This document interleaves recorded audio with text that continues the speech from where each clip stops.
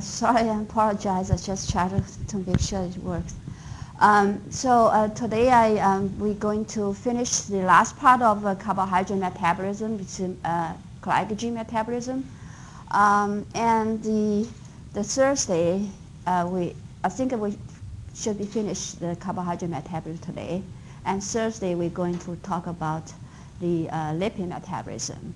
And next week, next Tuesday, we have a review session for carbohydrate metabolism, and next Thursday we have exam 1, right? So I mean the schedule a little bit,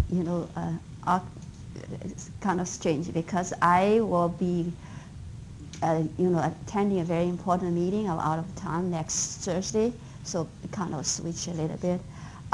So next Thursday, 2 TAs will be taking care of the exam. Question?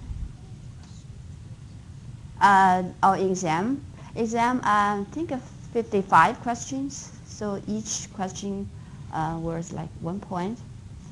I mean the format will be just the multiple choice, and then maybe the first section, I guess about 15 or 16 true and false question selections, and then the rest of the question should be the multiple choice, right?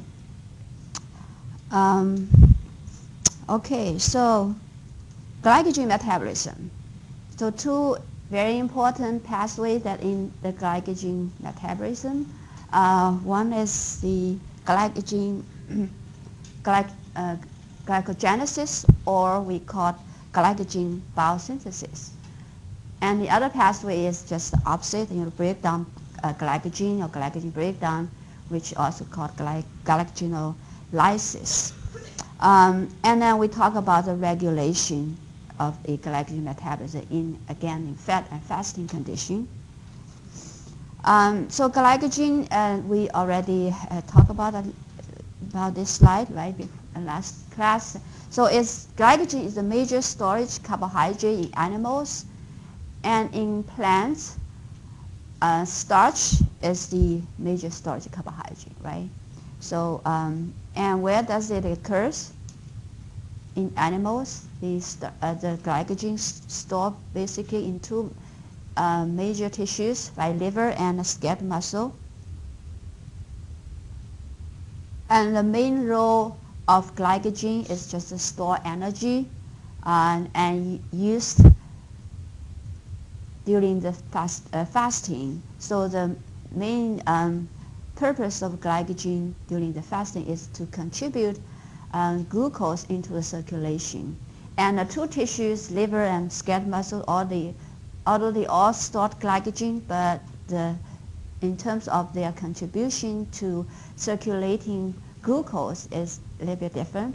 So liver, because it has a glucose 6-phosphatase, so liver is able to release free glucose into circulation and raise the blood glucose levels, and muscle does not. So muscle is not able to release free glucose into circulation, but muscle utilize the breakdown glycogen and use as energy by muscle itself, right? And the reason you probably all know, right, it's because muscle lacks the key enzyme glucose 6-phosphatase, so it's not able to convert it glucose 6-phosphate to free glucose.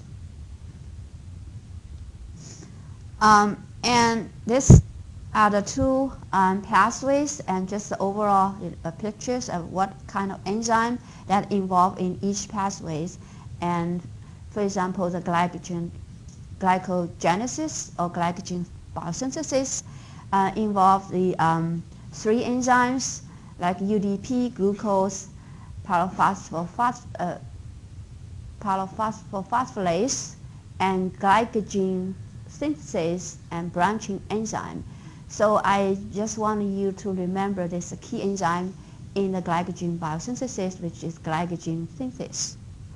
And in addition to these enzymes and other important molecules and proteins also important that involved in glycogen synthesis, for example, UTP, so uridine diphosphate, and the glycogenin. Glycogenin is the protein. We're going to talk about it next slide, right?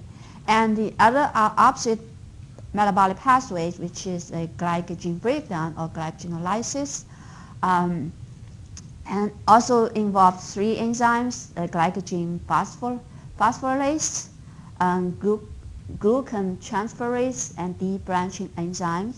Again, I want you to remember the glycogen phosphorylase is a key enzyme in glycogen breakdown pathway, right? Remember two key enzymes in each pathway, and the two different pathways.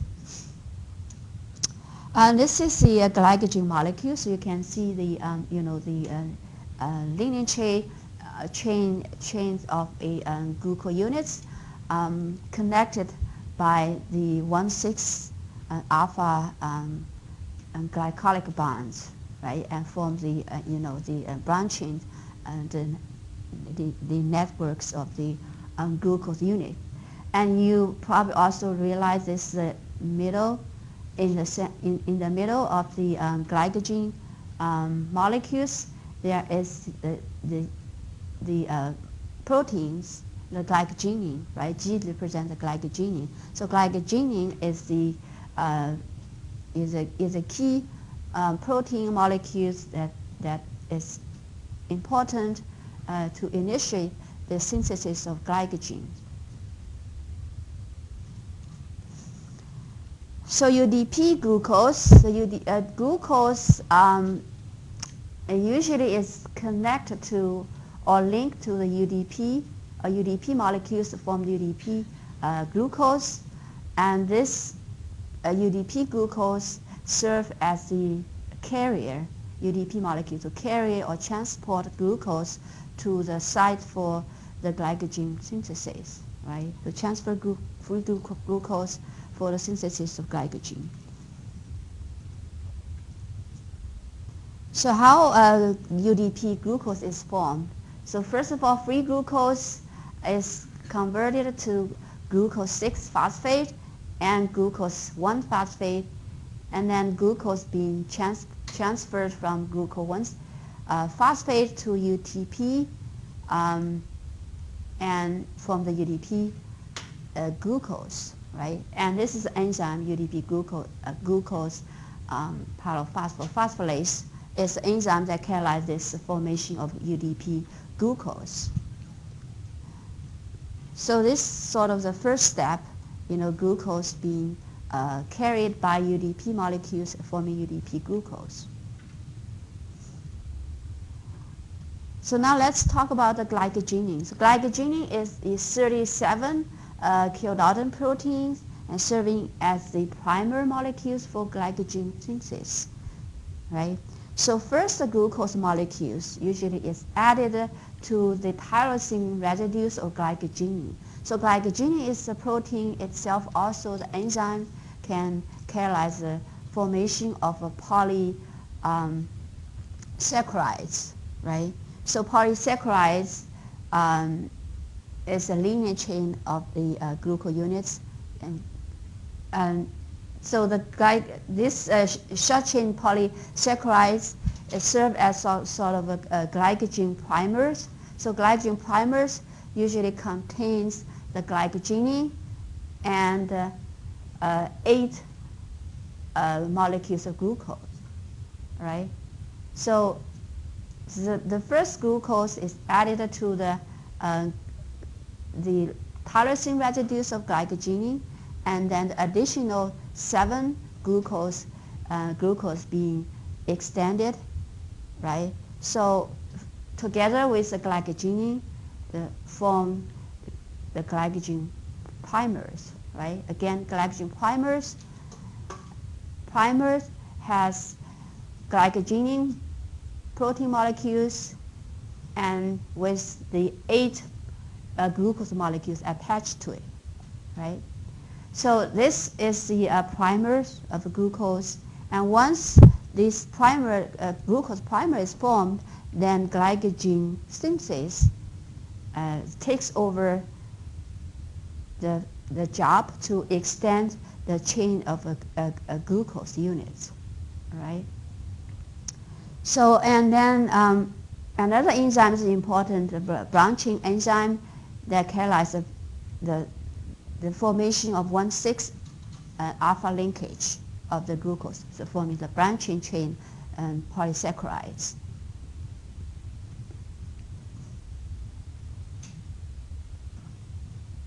All right, is that clear? Any question about this first initial process of glycogen synthesis? Involve glycogening, which is a protein, and also enzyme to catalyze the formation of short chain polyunsaccharides that has 8 glucose units, right? And then, once the glycogen primer is formed, then glycogen synthesis takes over the job and extend the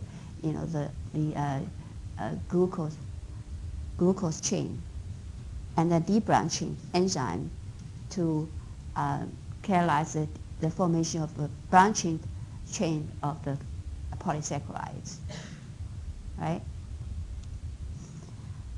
Okay, now this slide shows us the 2 pathways, glycogen synthesis and glycogen breakdown. So from the left part of the slide, showing the process of a glycogen synthesis, start from bottom to the top, right? And the right side of the slide is the process of a glycogen breakdown, and start from top to the bottom, right? And you can also see the enzymes, 3 enzymes that involve in the glycogen synthesis, and also 3 enzymes involve the glycogen breakdown. And again, these are the 2 key enzymes you wanted to remember, right, for each pathways. And it's also involved the other 2 enzymes. Remember, glucokinase, which is a key enzyme in the glycolytic pathway, right? And the first reactions, and glucose 6-phosphatase again is also the key enzyme in the gluconeogenesis. But these 2 enzymes also involve the glycogen synthesis or glycogen breakdown, right? So I just wanted to dissect these 2 different pathways. So on this slide, I would just like you to focusing on the glycogen biosynthesis. And glycogen biosynthesis is activated in the fat condition, right? When we eat a lot of carbohydrate, particularly high carbohydrate diet, and we stimulate insulin release and decrease glucagon release, right? So you have in the fat condition, our body has a higher insulin levels and lower glucagon levels. So insulin to glucagon ratio is increased, and this hormones, this changes the ratios of a hormone, or the profile or pattern of the hormone changes that stimulate glycogen synthesis, right? So start from glucose, and first of all, glucose need to be phosphorylated by glucokinase to the glucose 6-phosphate, and then converted to glucose 1-phosphate. Again, this glucose 1-phosphate transferred glucose to the UDP molecules, remember, and catalyzed by this enzyme, and UDP then delivered glucose, free glucose, to the glycogen and forming glycogen primer, right? Again, glycogen primer consists of glycogen proteins and 8 molecules of glucose, right? Or the short chain of polysaccharides, 8 glucose units. And then the glycogen synthesis then starts work and to catalyze the extension of the glucose chain on the top of a glycogen primers, right? So extend the glucose chain and debranching the polysaccharides or glucose chain, and eventually, you're adding more and more glucose to the existing glycogen molecules, right? So eventually, you synthesize the whole glycogen molecules, again by these 3 enzymes, and this is the whole process, right? And here I just wanted to mention the UDP can be reused, right? Once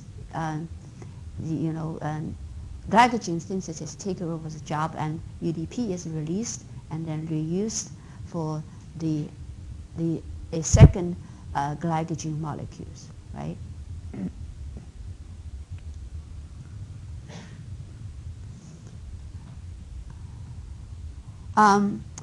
This here actually 2 substrate that is very important. In the fasting condition, we will expect we have a higher glucose levels and also glucose 6-phosphate levels, right? And these 2 substrates are the strong inhibitors of glycogen phosphorylase. That means when we have a higher glucose levels and we inhibits glycogen breakdown process, right? So these are the 2 important regulators, the substrate regulators of glycogen metabolism.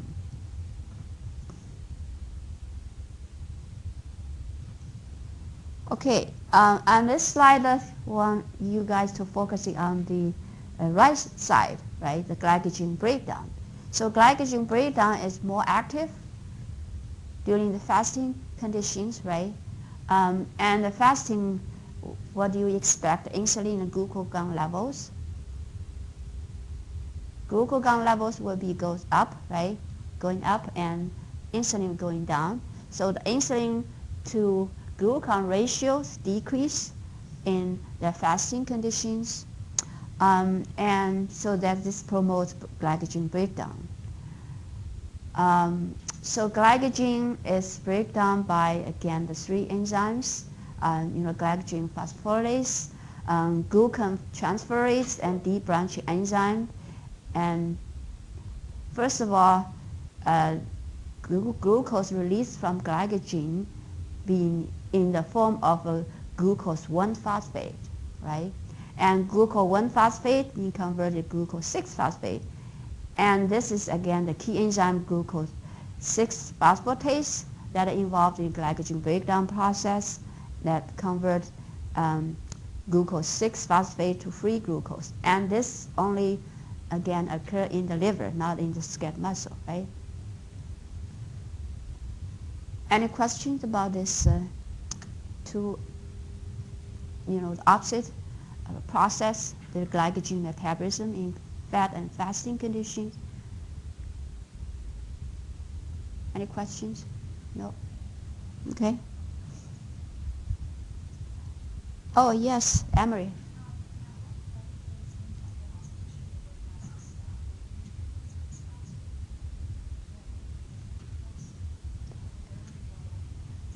You mean this pathway in skeletal muscle? Yeah.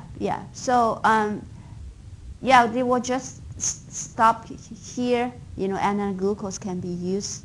I mean, glucose 6-phosphate glucose 1-phosphate can be go just down to the glycolysis pathways and then complete oxidation. Yeah, that's a good point.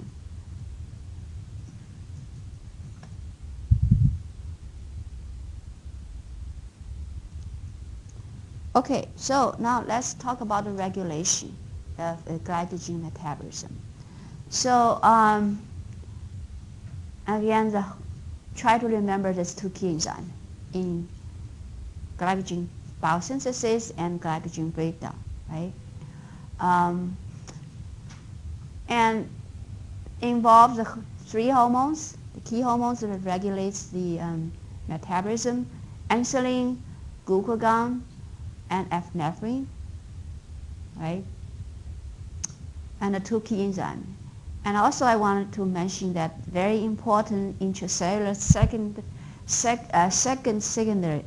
messages, cyclo-AMP levels, right?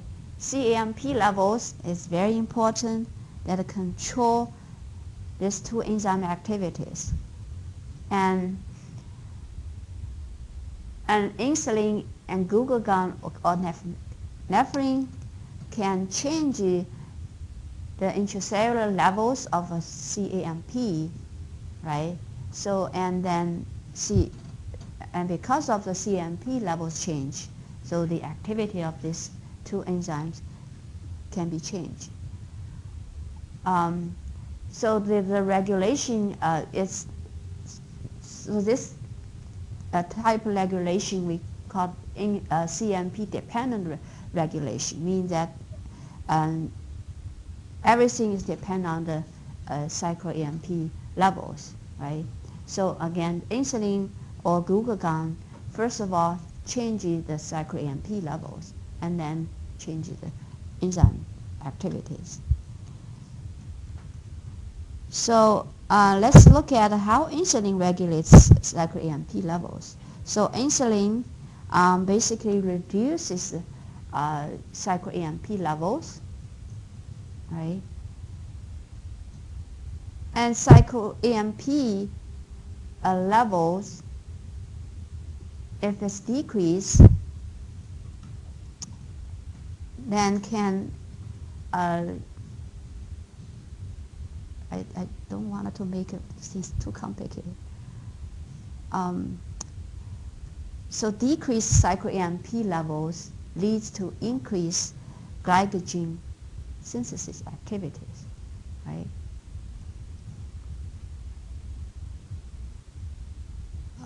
And I can explain a little bit more detail in the next slide, right?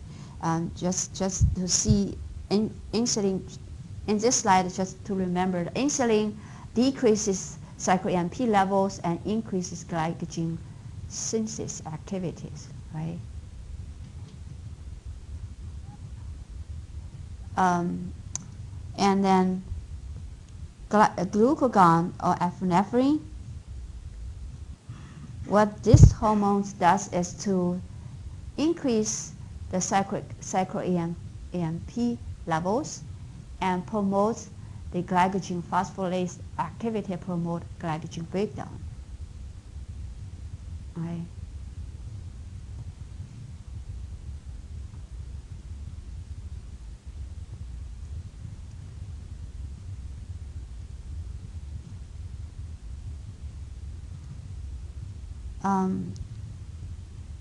Okay, so here a little bit more information, and just try to remember the cyclo-AMP levels, how cyclo-AMP level related to glycogen synthesis or glycogen breakdown activity, right? So high cyclo-AMP levels promote glycogen phosphorylase activities, but inhibits glycogen synthesis activities, right? And low cyclo-AMP levels promotes glycogen synthesis activity, but reduce glycogen phosphorylase activity. So they just does the opposite ways, right, to regulate the key enzyme into different pathways or opposite pathways. So how insulin regulates the cyclo-AMP levels? Let's try to see. So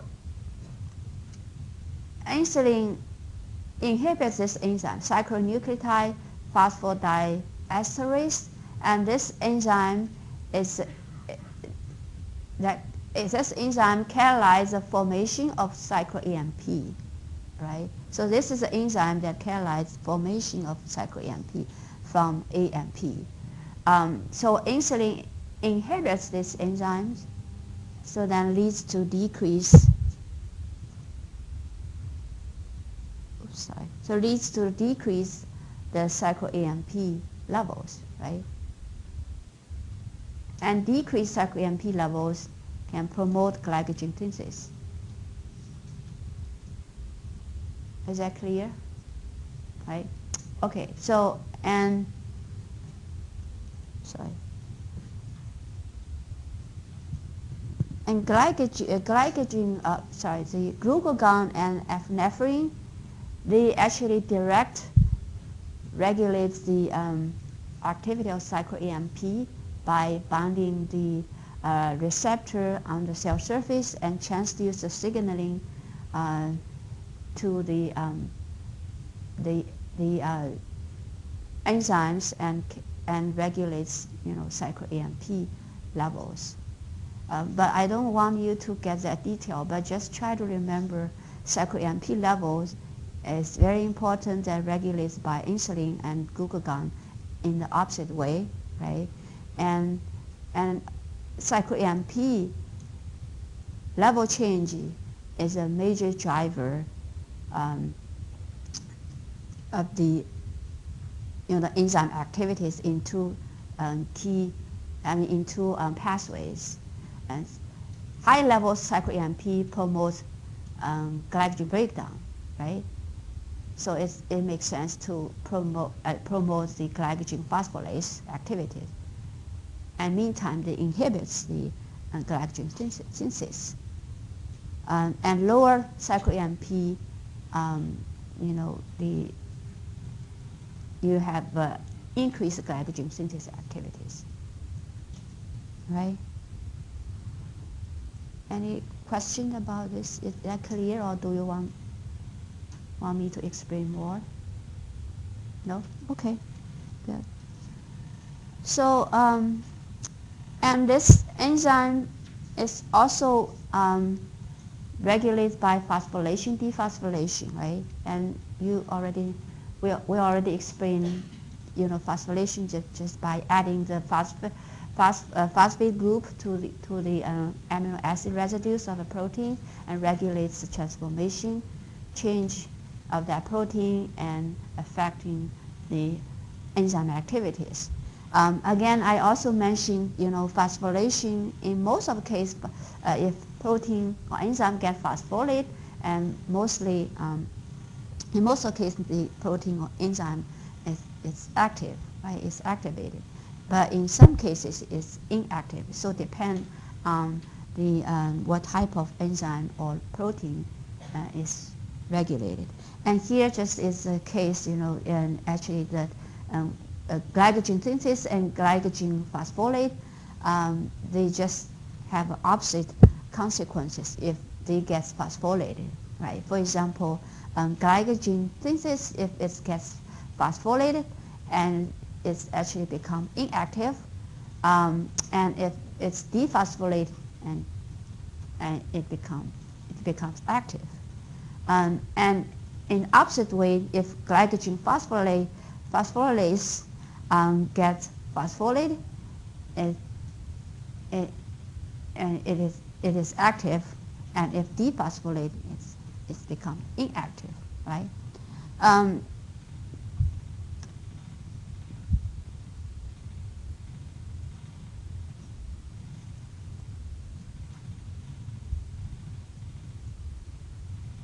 So the regulators of the phosphorylation or dephosphorylation of these two key enzymes, hormones, insulin, glucagon, epinephrine, and norepinephrine are the most important hormones that regulates phosphorylation, dephosphorylation of the two key enzymes. And also, I already mentioned the cyclo-AMP concentration, right? It's regulated, but this, it would be the effect of a hormone action. So hormone actions leads to change in the cyclo-AMP concentrations, right? And then that's the effect. So and here I wanted to introduce the one more protein that called PKA, protein kinase A. Protein kinase A is the kinase that catalyze the phosphorylation or dephosphorylation of these two key enzymes, right? So I think this probably is the pretty complete consequence, a sequence, right? the how hormone regulates these two key enzymes and how cyclo-AMP that are involved in the regulation, right? So first of all, in the fat or fasting conditions, these hormone levels are changed, right? Particularly the glucagon and epinephrine, norepinephrine. These hormones are increased during the fasting. And again, I mentioned before that these three hormones that directly regulates the cyclo-AMP levels by binding their receptors on the cell surface. So changes the cyclo-AMP levels basically raise the CAMP levels, and increased CAMP levels can causing the activation of protein kinase A, and protein kinase A is kinase that catalyzes phosphorylation, right? So catalyzes phosphorylation of the phosphorase, and again once it gets phosphorylated, this activity is increased, right? So then promotes the glycogen breakdown, the degradation process, right?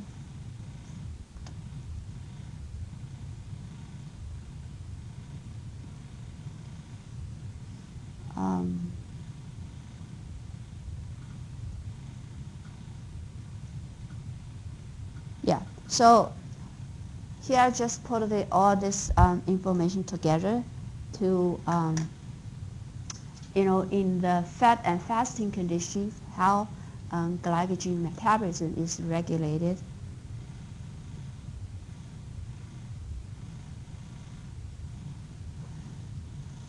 Let's look at the fat conditions. So what hormones are secreted? Insulin, right? Insulin is increased, the glucagon levels decrease, right? So ratio insulin to glucagon ratio increase in the fat condition. So how glycogen synthesis is regulated? When insulin level is high and glucagon level is low, it should be increased, right?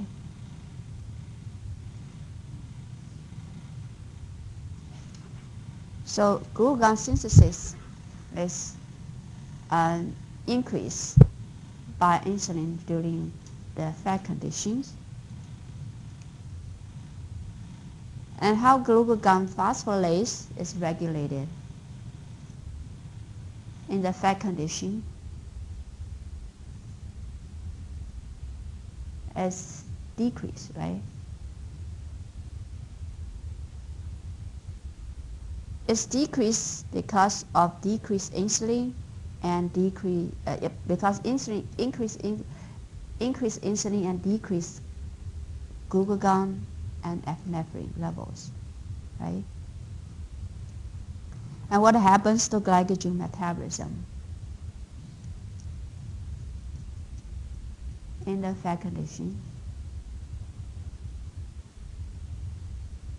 When we have a higher glycogen synthesis activity, then we should have a high glycogen synthesis, right? Process. So glycogen is stored in the fat conditions, right?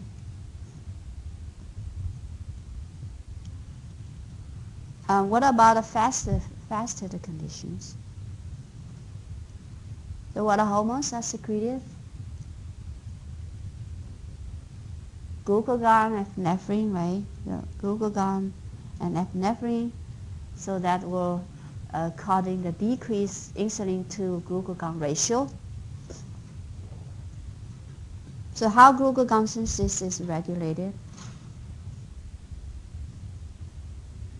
Decreases, right? And because of decreased insulin levels. And how glucagon phosphorylase is regulated? It should up, right? Upregulate increase by glucagon and epinephrine. And what happens to glycogen metabolism? It's breakdown glycogen, right? Glycogen degradation breakdown. So just try to remember all this, the two different pathways and in the fasting conditions, how these two key enzymes are regulated by hormones, and you add one more layer of the regulation that is involved in the CMP levels, right? So try to connect hormone levels, insulin glucagon, to cyclo-AMP levels, and to the enzyme activities, the two key enzyme activities, right? And try to connect all this glycogen synthesis or glycogen breakdown in two different physiological conditions. Um, okay, so let's take 10 minutes break.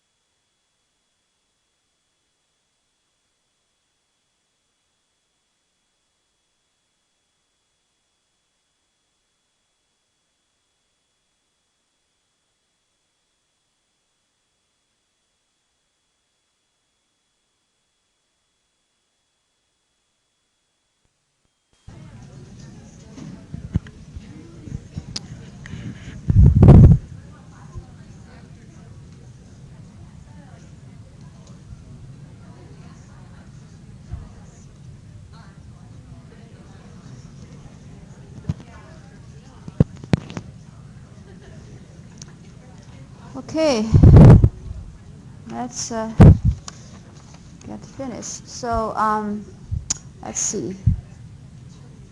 So we already talked about the regulation at the hormonal levels, right?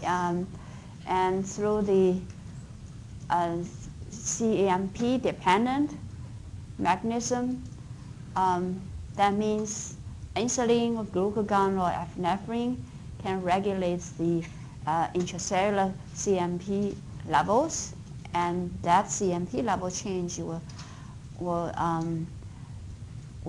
lead to either activation or deactivation of the protein kinase A. Remember that enzyme, right? And protein kinase A is an enzyme that can catalyze the phosphorylation or dephosphorylation of a glycogen phosphorylase, and then regulates the activity of that enzyme. And now I'm going to talk about another mechanism called storic regulation. That means that some substrate can directly regulate the conformation of enzymes and regulates the activity of the enzymes. So you probably wanted to remember the three allosteric inhibitors like ATP, glucose 6-phosphate, and free glucose. And these two we already talked about, right, when we talk about the whole diagram. The glucose 6-phosphate and free glucose can directly regulate the phosphorylase activities, right? And basically it inhibits phosphorylase activity, so inhibits the glycogen breakdown. So mean when we have, particularly in the fat condition, when we have a lot of glucose available and glycolytic activity is high, then we will generate a lot of glucose 6-phosphate, and this two substrate will inhibit the glycogen phosphorylase activities, right? So slow down the glycogen breakdown pathway. And ATP is also inhibits the glycogen phosphorylase activity, which also makes sense. ATP is always related to the energy metabolism, right? So in the fat condition, we have a lot of glucose and oxidize and produce a lot of ATP. So ATP levels increase also indicate that we have enough energies, right? So we don't need to break down glycogen. And other regulators are called allosteric activators. So for example, 5' AMP is the important activators of the phosphorylase activities. So I wanted to point out here is the 5' AMP is only regulates the phosphorylase activities in the skeletal muscle, not in the liver, right? Because the muscle phosphorylase, this phosphorylase enzyme has the 5' AMP binding site. So means that the isoform of the phosphorylase in muscle is different from that in the liver, right? So again, 5' AMP only regulates phosphorylase in the skeletal muscle, not in the liver. And this is just the whole process, how 5' AMP levels increase and then regulates the enzyme activities, right?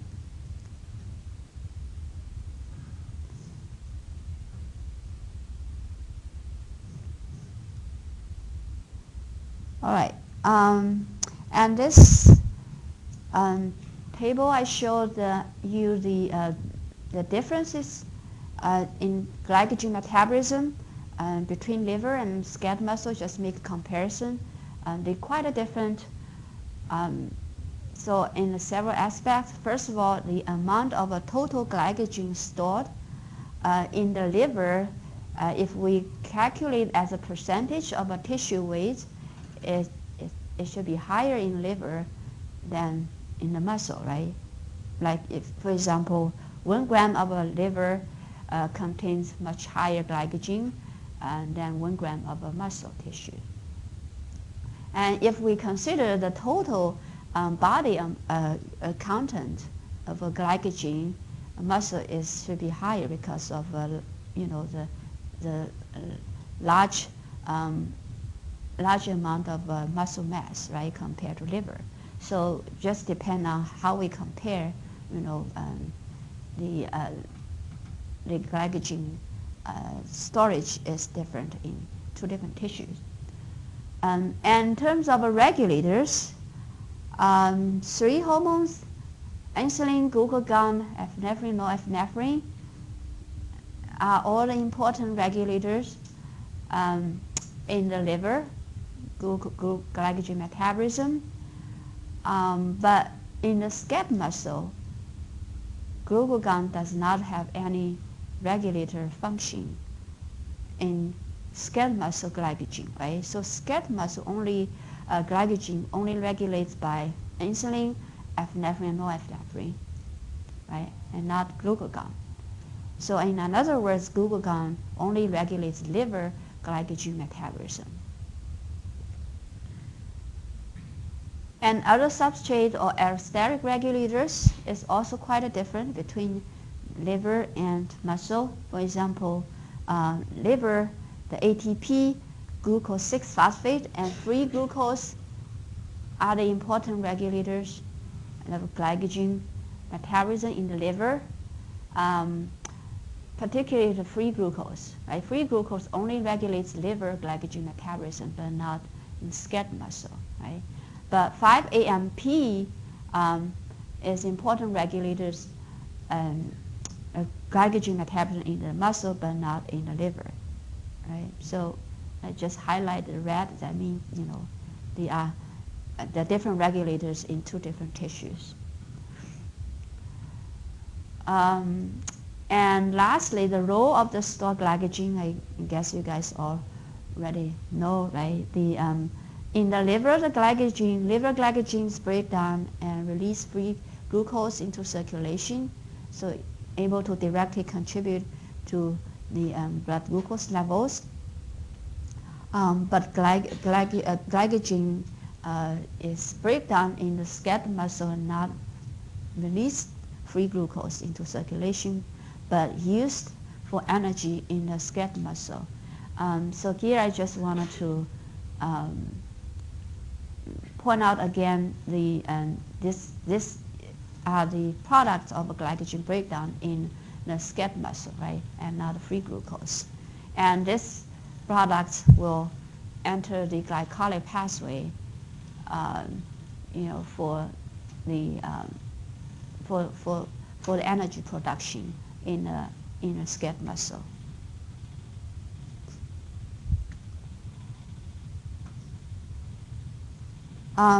And the other thing is quite a different. We will talk about this glucose or glycogen metabolism and later in the exercise section. So in the skeletal muscle, like I said here, glycogens break down to these molecules, 2 molecules, right? And then enter the glycolytic pathways and completely oxidize for the energy production, ATP, for muscle and contraction. But because you're thinking that the glycogen breakdown usually is happening during the fasting condition, right? So you were thinking maybe glucose will not be completely breakdown, but again, this in the skeletal muscle, glycogen is breakdown most days occur during the exercise. So the exercise and fasting is a different physiological situation conditions, right?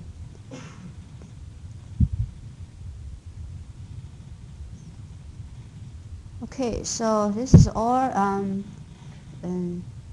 slide that I have for glycogen metabolism. So we have a little bit time, I guess, before we have a quiz. I just try to connect this glycogen metabolism to kind of disease conditions. So, for example, in type 2 diabetes, type 2 diabetes, the main problem of type 2 diabetes is the insulin resistance. Have you guys heard about insulin resistance, right? So insulin resistance means that insulin, the tissues or cells is not sensitive to insulin compared to the normal patient. So it means that you will have a much higher insulin do its action. So insulin resistance is the main problem in the type 2 diabetes. So what do you would expect the glycogen levels in the liver or in the muscle in the type 2 diabetic patient if they are insulin resistant? Low? Yes. Right. So we know that insulin basically stimulates glycolysis and glycogen synthesis, right? So in the type 2 diabetic patient, because of insulin action is reduced, so insulin will not be able to stimulate the relatively high levels of the glycogen synthesis activities, right? So glycogen synthesis pathway activity is much lower compared to the normal people. So diabetic patient, although you have a lot of, particularly after after meal, diabetic patients have a much higher glucose levels, right? Because insulin will not be able to. First of all, the group 2 will not be able to take up glucose into the liver, or particularly in the skeletal muscle, right? Group 4 will not so responsive to insulin and take glucose up into the skeletal muscle. So you have a lower glucose level enter the skeletal muscle, and also particularly because of glycogen synthesis activities decrease is lower, right? Due to the insulin resistance. So type 2 diabetic patients have a lower glycogen store, but very high levels of glucose. And if you guys still remember, we talk about the when we talk about the gluconeogenesis, we mentioned that the two key enzyme deficiency. Remember, one is PEPCK and the other one is glucose 6-phosphatase, and we talk the consequences of the glucose 6-phosphatase deficiency in the patient that is glycogen accumulation, right? Remember, so you have this patient have a very high glycogen store in the liver. They have a large liver and high content of glycogen store in the liver, and the reason because of the glucose 6-phosphatase is the last the enzyme that catalyzes the last step for the free glucose, right? Converted from the glucose 6-phosphate. So and if this enzyme is gone, is missing, then glucose 6-phosphate cannot be converted to free glucose.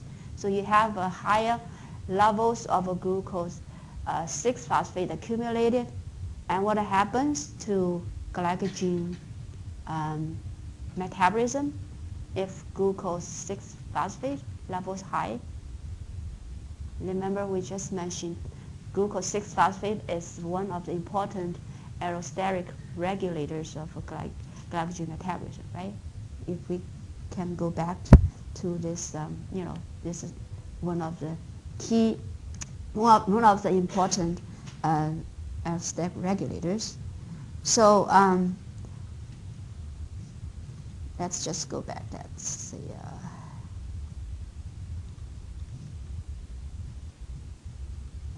See this pathway, right? This glucose 6-phosphate is strong inhibitors of glycogen phosphorylase. So if the patient liver or skeletal muscle had higher glucose 6-phosphate, and then glycogen breakdown will be inhibited. So the glycogen cannot be break down, to release glucose. So you have lots of glycogen accumulated in the liver or in the skeletal muscle. Oh no, sorry, not skeletal muscle. Skeletal muscle does not have this enzyme, right? So liver, basically in the liver. So you have a lot enlarged, liver and glycogen accumulation. Maybe I will test you, kind of multiple choice, or so check you whether this patient will have a higher glycogen content in the skeletal muscle. So, all right. Any questions about this glycogen metabolism and type 2 diabetic patients or glycogen glucose 6-phosphatase deficient patient?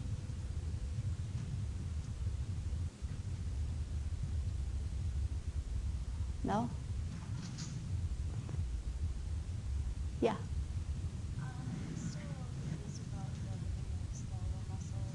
Mm-hmm. No. Why not? Why? I mean, in the I just wanted to repeat again. In glucose 6-phosphatase deficient patient,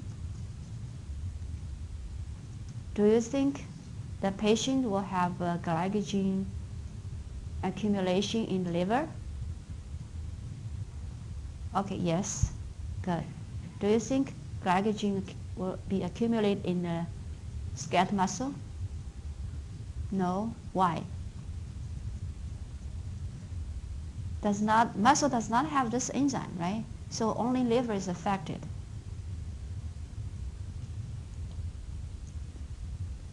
All right, any other questions?